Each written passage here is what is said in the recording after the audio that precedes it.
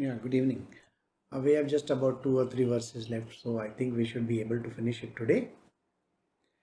We are doing the Narad Bhakti Sutra, Sutra 82. We had done till 81 and we were talking about the different types of devotion and how they can be attempted, so on and so forth. So now today we are going to talk about there are different methods, pathways. And he's talking about 11 different pathways of achieving this devotion for God. How do you achieve devotion to the divine? Through 11 different pathways. So we will see that.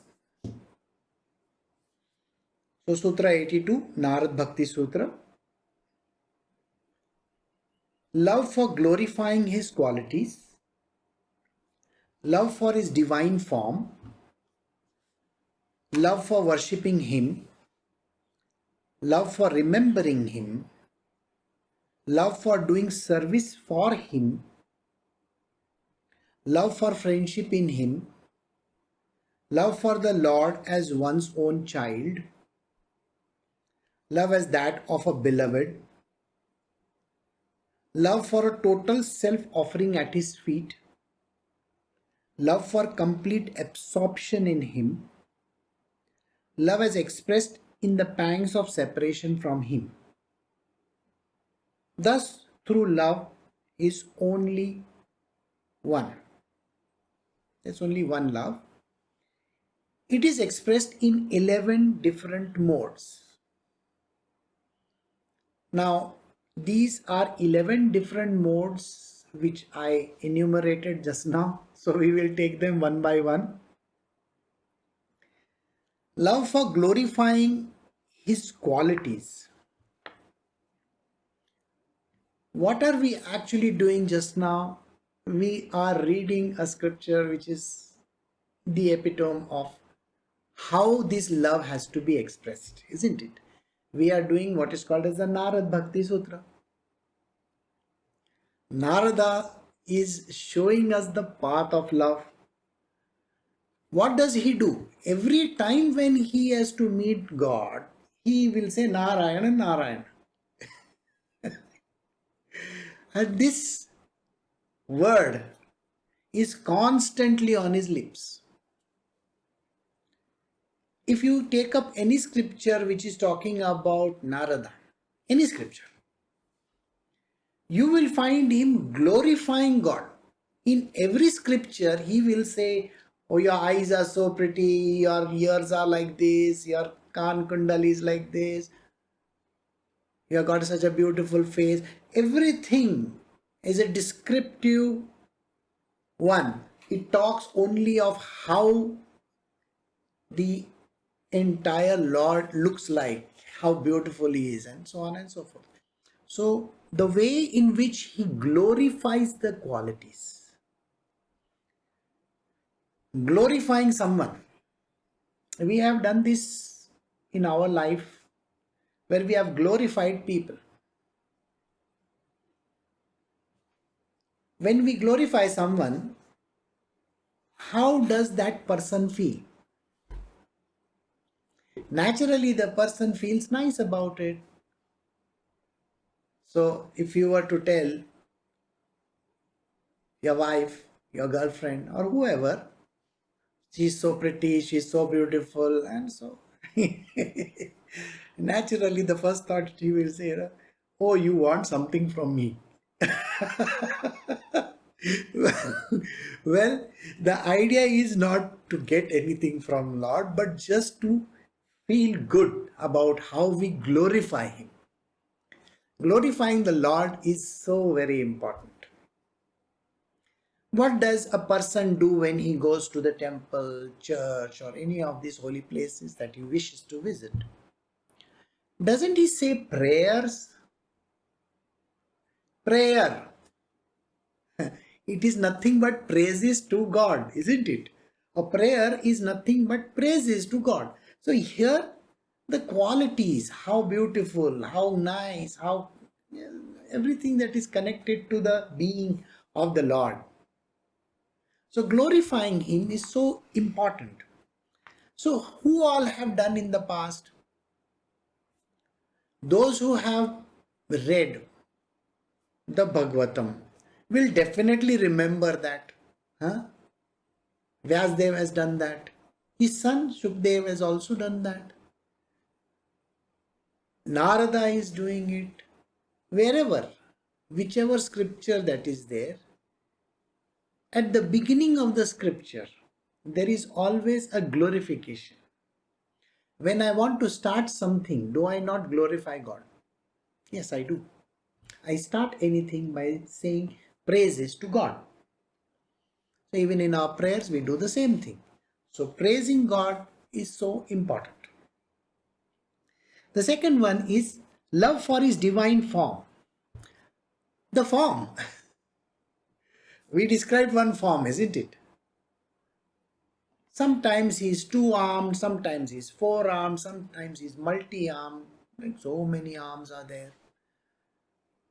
Arjuna had seen that multi-armed form of his, isn't it? They call it Virat Purush. They're huge. So what kind of a form do you desire to see? The desire for a human being is to see a certain form. Now there was a question raised by someone. The person said, after I listened to your satsang a few days ago, I saw the four-armed form of Vishnu, Krishna, in my dreams. You see an entire four-armed form of that deity, divinity in your dreams. The question was it real? Or was it my dream? Or was it something that my mind created? Well, let me tell you how this thing happens. This form which we are so much attracted to, whatever the form might be, any object, any form, any deity, any divinity, it goes in our subconscious mind. We have a subconscious mind, isn't it? When it enters the subconscious mind, it stays over there as an image. Think, how does that work? You have seen something. Let us say even for a half a second. You might have gone to a very great temple and might have seen a form of God over there. Maybe the eyes are attractive. Maybe the two hands are attractive. Something is attracting you. It stays in your mind, isn't it? It stays and gets imprinted in your mind. If I am describing something to you, that also is going to stay in your mind. And when the time comes, the subconscious mind pulls it out and it shows you that form. Is it real? Was the question. It's a creation of the mind. Everything in this world is a creation of the mind. It is Maya's own creation. Please remember this. If you meet a form, any person also in your life, that person is also Maya's creation. What makes you think he is not, he or she is not? That disappears.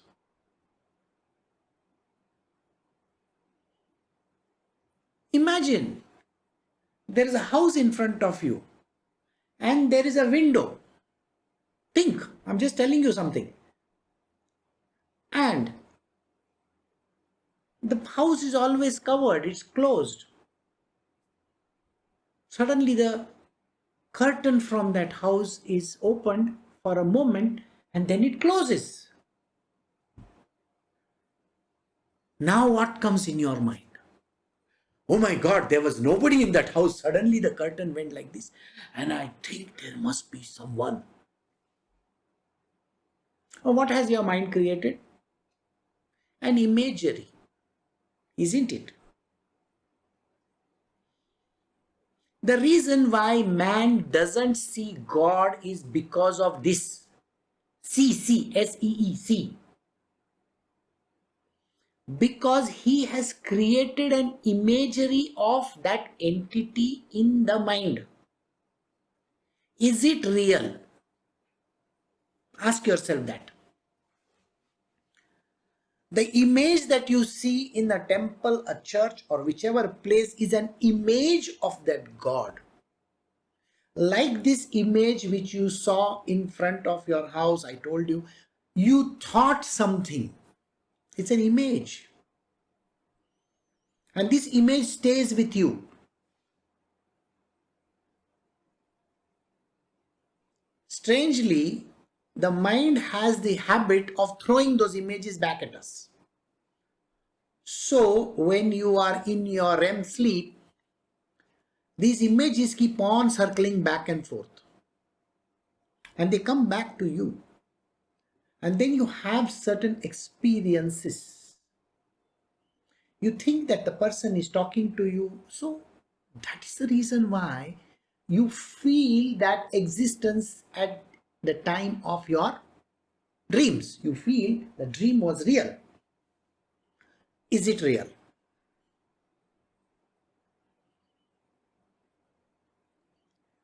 This reality is a very strange phenomena.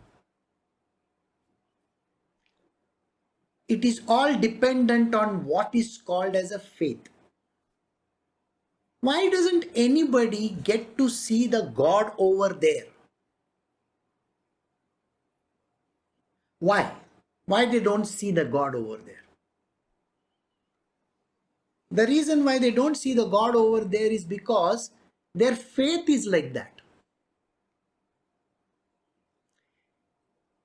It is all dependent on the faith. Now, what you see in a dream is concocted by the mind. All right? And that concoction is not real. It is unreal. Think what I am saying. The dear Lord is way beyond our senses, mind, intellect, and the last body that is there, causal body, is beyond that. Why would he want to be a part of your mind? Doesn't it occur to you that you are still talking through the mind? So whatever experiences that you are getting is on the material plane. Material plane. And this material plane is going to affect you. If you see it once, you want to see it again, and then again, and then again.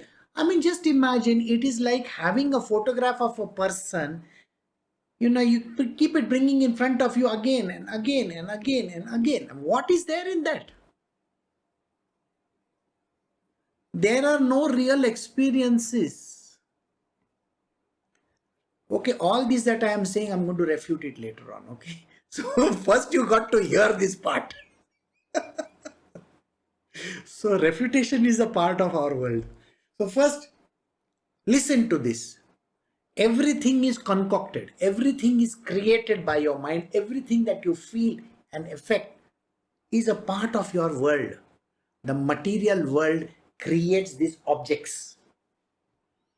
Anything that is created by Maya is unreal. You know this. Can you use your normal mind for reaching that state? Imagine. What are you talking about? You're talking about something which is This connected to your body and that which is connected to the Supreme Divine. How are these two connected? They are not.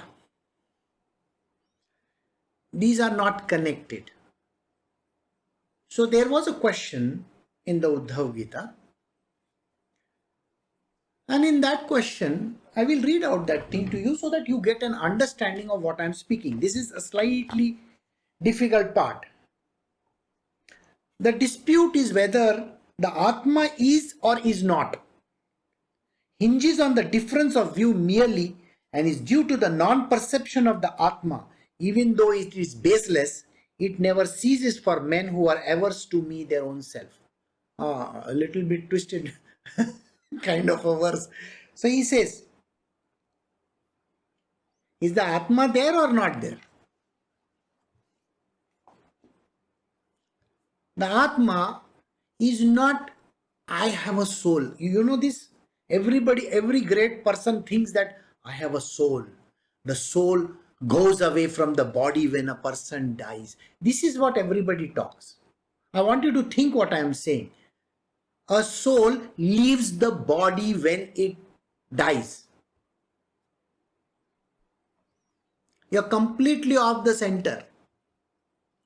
Soul, there is only one soul. One. There are no S-O-U-L-S. There is no S over there. You can't have bits and pieces of souls. Okay? You can't have one soul in you, one soul in somebody else, and one soul in somebody else. There are no souls. One soul. God. He is called Param Atma. Atma is the word. So Param Atma is the word. Alright? Only one. What am I saying? When a person dies, the soul leaves the body is the general way of thinking. Correct yourself. The soul is there only. There only. It is the body which is discarded. It is the soul which has taken up this body. Think. It is the water is important, not the bottle. Once you finish the water, what is the use of the bottle? Have you thought about this? Don't tell me that I'll fill it with water once again. No. No. What I mean is, if you are taking a disposable water bottle, you're going to drink the water and chuck the bottle. Isn't that what happens? So it is not the body is important. It is the divinity has taken up this soul, this particular bottle. Alright, the soul has taken up this bottle. Now, can I have souls? No. No. There is only one soul. It is taken up a bottle. That is an individual jiva. Jivatma. It is taken up that body. So now you are trying to reach from the body. Now imagine, from the bottle you are trying to reach the water. How does that work? It doesn't. It doesn't work. The bottle is plastic, different material, or maybe glass. It's different material. Water is H2O, water. You are that soul, that divinity. Bottle is that plastic, disposable, available on this earth. Got it? There is nothing that you cannot say, I am a bottle. You are not a bottle. You are the divinity, spirit soul, which has taken up this bottle. Got the answer? So, if anything that is seen by the bottle is on the material plane, you think that this bottle is able to see that? That is wrong.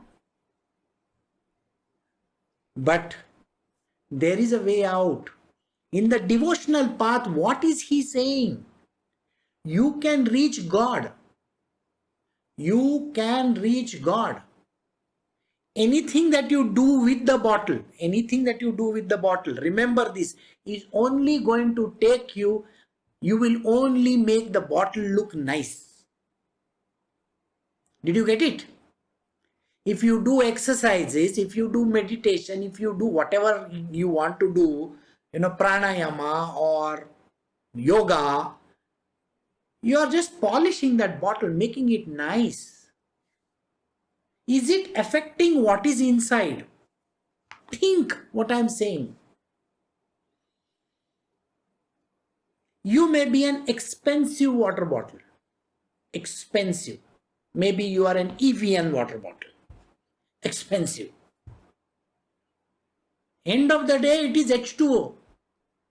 If I pour it in one glass, and I put some other bottles over there, plus I take tap water and I keep it in glasses, can you make out the difference which is Evian and which is the water from the tap? You can't make out the difference. Did you understand? Just by making that bottle look very shapely, does it change the nature of water? Ask yourself this question. By making the water bottle shapely, does it change the nature of water? No. That means even if you do so many thousands of exercises of yoga or pranayama or whatever that you want, how is it affecting that? It only makes you feel good. Who feels good? Your mind and your intellect. Oh, I feel so nice. I did this exercise. You are stupid because you are thinking you are the bottle. Got it? You are doing exercises, you are doing pranayamas, you are doing some kind of actions which are connected to bottles only, not bodies. You got it? Nothing to do with the water inside. So I can put a nice label on top, wear good clothes, nice clothes on the body. Does it make a difference to the water? It is H2O only. Got it? Likewise, what is inside, what is the one that we are connecting with, is the spirit soul. What difference does it make even if you paint it nicely, put nice label, or wear good clothes, or do exercises, make your body very shapely, do all kinds of stuff that is connected to it, keep on saying om, or whatever nonsense that you want to say. What difference is it going to make there? You are only going to get the water bottle, that bottle of yours, or the what is called the body, very, very interesting. Does it affect the water inside? Ask yourself this question. So it doesn't. So whatever the bottle sees, it can look at other bottles.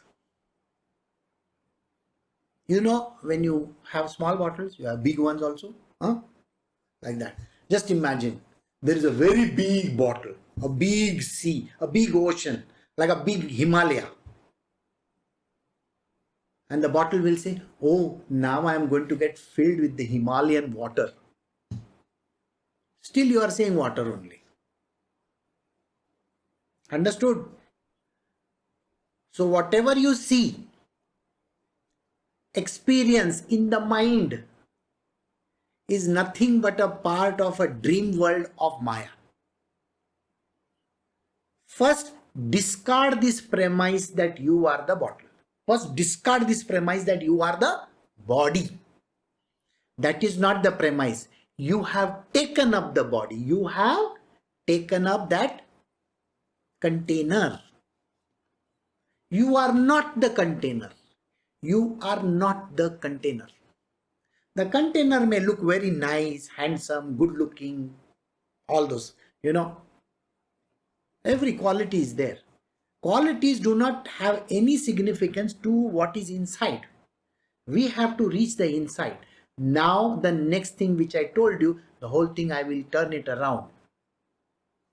Imagine, I love that inside. When do I love what is inside? When I am thirsty, isn't it?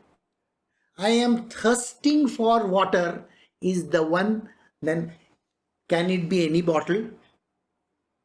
Of course. When I am thirsting for love, this entity who is there inside this bottle, all right, when that one is thirsting to be one with the divine, which is the Paramatma, when I am thirsting to be one with the divine, when the water inside the bottle is thirsting to be one with the sea or the oceans, that is what I am telling you. And now if the ocean is on its own attracting me, come to me. So when the divine is attracting me by his love, and my love is attracting the divine, that individual Jivatma is attracted with this love, that time it can use the mind also. So did you understand? This is the punchline. The divine is full of love. It's love incarnate. There is a thirst inside of me. I want to be one with my God. I want to be one with the Paramatma. The Jivatma feels like that. I just want to be one with God. And when this love becomes one, then that which is the Paramatma and the Jivatma feel for each other. Got it? Then you can take the entire bottle like this and dunk it in the ocean also. It doesn't matter. So take your entire body, use it and dunk it in the ocean of love. Then you become one with it. This is the truth. So, love for his divine form, love for worshipping him. I have to worship the God. Worshipping him in which manner? You know, there are various forms of worship. So, I can form any kind of worship that I feel like. I can take flowers, I can take anything, maybe sweets or something like that. Don't I want to worship him that way? Think about how in the past, Ramayana or Mahabharata, how worship was done. When you worship somebody, what do? You sacrifice for him, isn't it? So Bharata was willing to even give up the throne and say, Rama, please come and sit on the throne. I don't want the throne. I will just go against my mother. Doesn't matter. I don't want you to go. And then when Ram goes away, he worships him by keeping the padukas over there. He's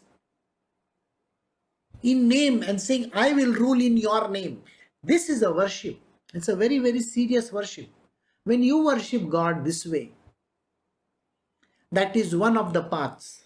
That is what he says. One of the modes is by worshipping him. Love for doing service for him. What kind of a service do you want to do? People have this habit of saying, I can't see God. What service I will do for him? What service? All kinds of service, any kinds of service. Every day I am telling you one story. Don't you see there are all the services that were done? Any kind of service. And the kind of service could be anything. Even weaving a flower garland also is a service. So don't worry. All kinds of services are acceptable. Love for friendship in him. There are friends. You treat God like a friend. When Sri Krishna was there, who was the friend? You know the book. We have all done it. Arjuna, doesn't he say, you are my friend? And we have been in this together so many lifetimes of ours. That is the greatest friendship. I can be your driver also. The Lord is saying, I will be your driver. Chalo. Charioteer, understand? Driver is in modern word. It's as if he's driving a Mercedes Benz or something. No, he's riding those chariots. So I'll be your charioteer. Doesn't he say that? So when you have friendship for the Lord, you remember another story of Sudama. Do I have to repeat that story for you? No. You know Sudama's story also. He's a dear friend. So friendship is one more path. So if two friends are together, you know how they are. Okay? BFF, they were best friends forever. Something like that. Okay, that is there. Then, love for the Lord as one's own child. The mother and the child's relationship. How is the mother and the child? The mother will do anything for the child. Have you seen that? For saving Krishna when he was born in the jail, what did she say to her husband? Please take him away. You don't give away your baby like this. She wants to save him. That is why she says, take him away.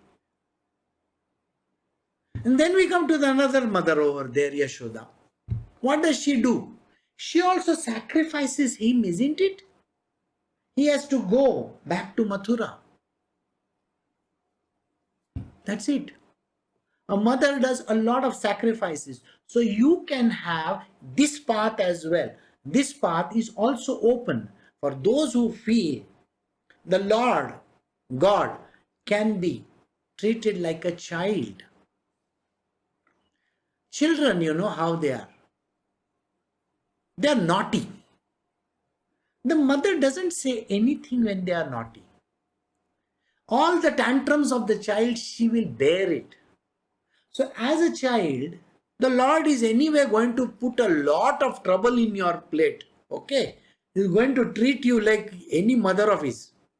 So if you become a mother, remember this. Don't think that motherly love is all about, goody stuff. No, sir, you have to go through a lot of torture and pain. So motherly love. So that is one more part. Love as that to a beloved. Now, a beloved. Who is the loved one? Whom does a wife love? She loves her husband. And the husband loves his wife. Isn't it? They have gone in matrimony and they are in love with each other. So they stay devoted to each other. Okay. Ideal love. All right. Please, I'm thinking of only that. I'm not saying, okay, I want a divorce over here. No. This love is good. But it is always construed as you scratch my back and I scratch your back. All right. So the wife's love is always like that. It is not connected in any which way. Even mother-child, I told you, the child is going to be very, very painful. Is going to create all those troubles. No, I said that to you. You see, husband and wife's love is good. It will have its own issues. There are going to be fights. If you treat God as your husband or whatever, understand you are not going to have that kind of, goody life again. There is constantly going to be a lot of trouble. So, this is the one where you can get in trouble. Love for total self-offering at his feet. Who offers at the feet? Do you know any picture where you see somebody is sitting at the feet of the Lord? Of course, Hanumanji. He is always shown sitting at the feet of Sri Ram. Right? He is having that dasya bhav. All these are called bhavs, by the way, all right? If I have to translate it into another language. So, dasya. I want to do service. I want to be at his feet. I am like his servant. I am like his, you know, I want to be at his feet. He can do whatever that he wants to. He can trample me. He can do whatever he feels like. Doesn't matter. I am a doormat. Okay, I am his chappal. You got the point? I am willing to do that work also. Anything that goes is fine with me. And that is another form of love. Then we come to love for complete absorption in him. Now this is a little typical, where absorption means completely merging in him. You completely merge in the Lord. Who has done that? There are great sages who have merged in the Lord. Alright, the four sons of Brahma. They're completely lost in him. They don't have even any inkling of how they are dressed. Completely lost, merged in him. So this is another one. Then we have the next one, which is called love as expressed in the pangs of separation from him.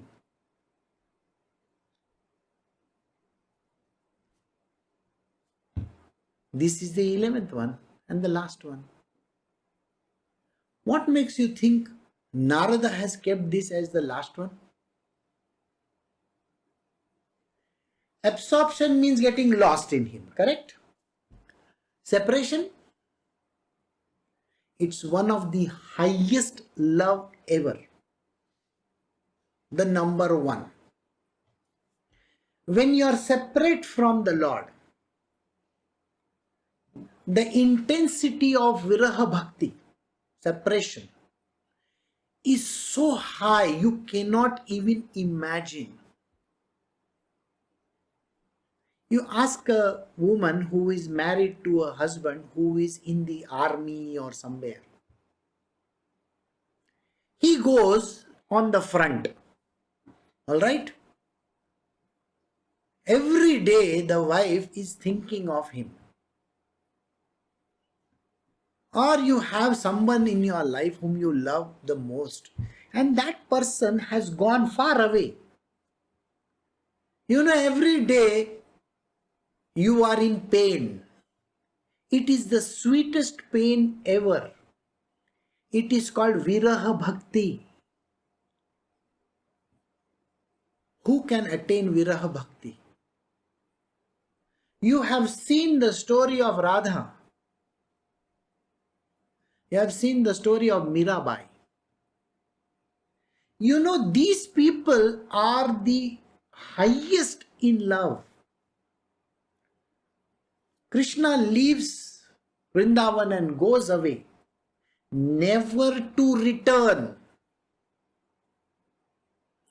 What is going on with Radha and the gopis over there? It is called viraha bhakti. Every day they are just in love with him. It is when you do not get to see the God. Every day you pine away for him. If you get to see the God, what is the big deal in that? Have I said any other love is better? Even Sanat Kumar, who is thinking in terms of merging with him, you think merging is better?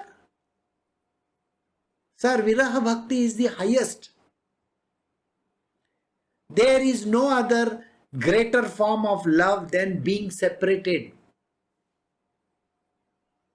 The separation makes the love grow fonder. Isn't that what they say in English? So here I am telling you, Narada is saying these words. He says, the love grows when you have viraha, when you have separated. You pine away for that. So, if you were to meet Krishna, even in your dream,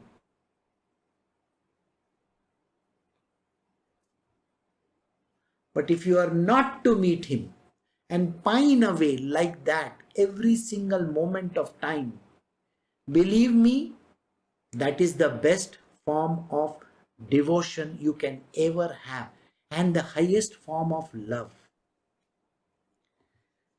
So, thus, love is only one. All these different loves that you have, make a nice big one, and then you can have it. So, if you can understand the kind of love that is there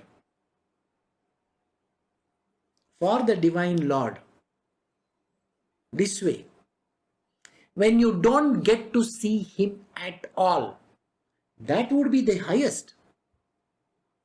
But if you were to meet him, I don't think that could matter. Because when you meet him, everything that you think about goes away. Doesn't remain. That is why. So we have come to the end of Sutra 82. So we will do 83. We're just going to name the sages who are experiencing this. So Narad Bhakti Sutra, Sutra 83, thus declare they who are fearless of other people and their prattlings, their unanimous opinion. They who are the masters of the path of devotion, such as Sanat Kumar, Vyas, Sukdev, Chandilya, Garg, Vishnu, Kaundanya, Shesha, Uddhava, Aruni, Bali, Hanuman, and Vibhishana. All these people expressed different kinds of love. These are sages, saints, and very higher beings.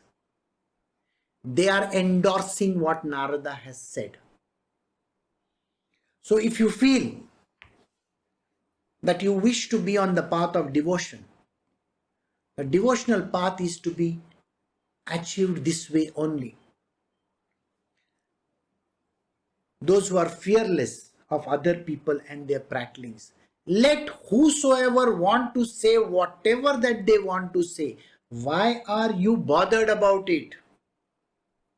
If someone says you are stupid doing like this, why are you bothered? It is their narrow mind. There are lots of people in this world who will say whatever they feel like. Why are you interested in listening to them? Can you continue to be in love with the divine and have complete devotion for God? Let the world talk. We are not here to change their way of thinking.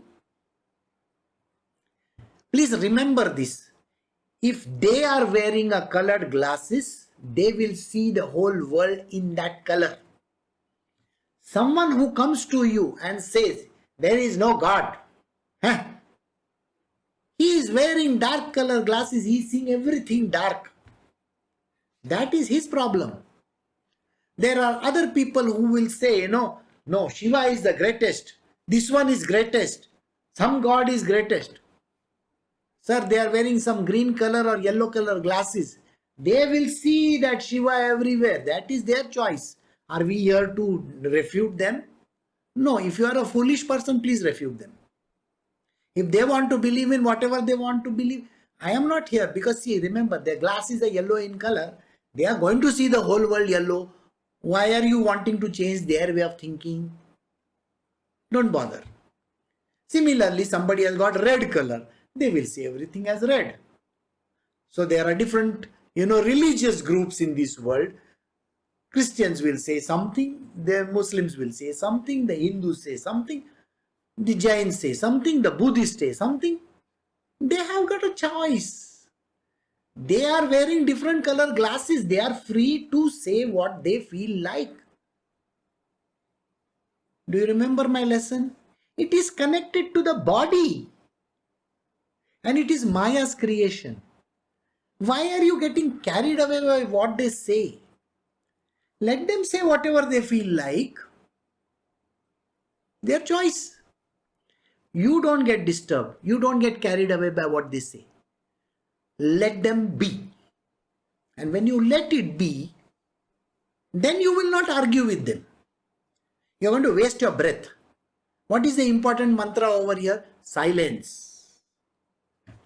Don't bother. Don't try to correct them. We love to correct people.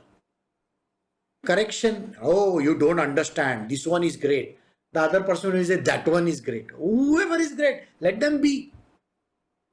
In today's story, we'll be doing one. I'll tell you, whatever they wish to feel, that is their choice. Nobody bothers. And don't bother.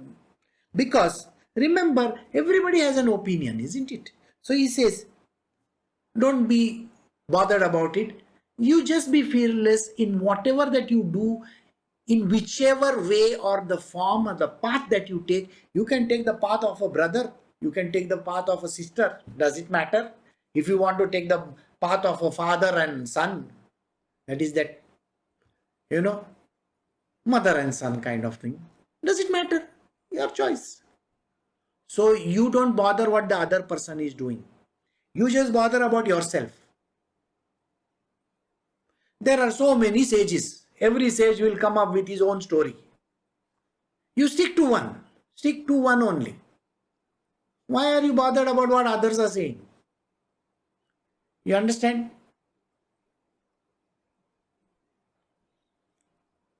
So, the sages that are mentioned here, Sanat Kumar, Vyas, I don't have to explain this. Vyas Muni, who is there? Sanat Kumar, who is there? These are sages, they are from the past. Shukdev, Sandilya, Garg, Vishnu, all these are sages. They gave their own philosophies. But they have endorsed Narada. And they have said they are the masters of pure devotion. All these are masters of pure devotion. Their way of saying it. And everybody is right. Everybody over here is right. Whether it is Uddhava's point of view, or Shesha's point of view, or Bali's point of view, Hanuman's point of view, they are all right from their perspective. Remember, everybody had a different way of looking at the same. Hanumanji looked as a Dasya Bhav. Correct? Uddhava, friend. Does it matter? Okay. So got it. So we have completed Sutra 83. Now the last one. Sutra 84 from the Narad Bhakti Sutra. He who believes and has faith in this exposition given out by Narada, as taught commanded by Lord Shiva, he gains the love of God and attains his objective, attains his beloved goal. So first, when we started, I told you a very simple understanding is you got to believe in the scriptures. First, you give them that 100% belief. Have the faith in the scriptures. So this is like a kind of a scripture. Alright? So just believe in it. Narada is saying so. He says, he who believes with complete faith in it, have faith in this, that this is the path of devotion as prescribed by so many saints, which I have given you all stories after stories. 22 days, I think. Okay. The coronavirus because of because of that. So you have got these stories. They are endorsing it. Today also we will do one story. It is going to endorse it very much into you, saying that this is what it is all about. So those who have faith in this exposition, you have faith in it, then whatever is taught by Lord Shiva to Brahmaji and even to his son Narada. This is Narad Bhakti Sutra. So Shiva has taught this devotional path to Narada, and Narada is telling you all these things. So if he is telling you all these things, it has to be the truth. So he gains the love of God and attains his objective. Remember what I said? That Paramatma And this Jivatma are one. Because there are no Atmas. There is only one Atma. Paramatma is the only Atma over there. So when the Lord, when He looks at you, you will have His love also with you. So the devotion will flow from His side towards you also.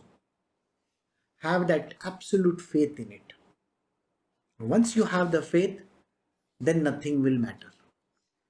So we can attain our absolute goal. And now we have finished this scripture. So Narad Bhakti Sutra is over as of now. And like I said, we are going to take up a certain number of questions. I have certain number of questions only.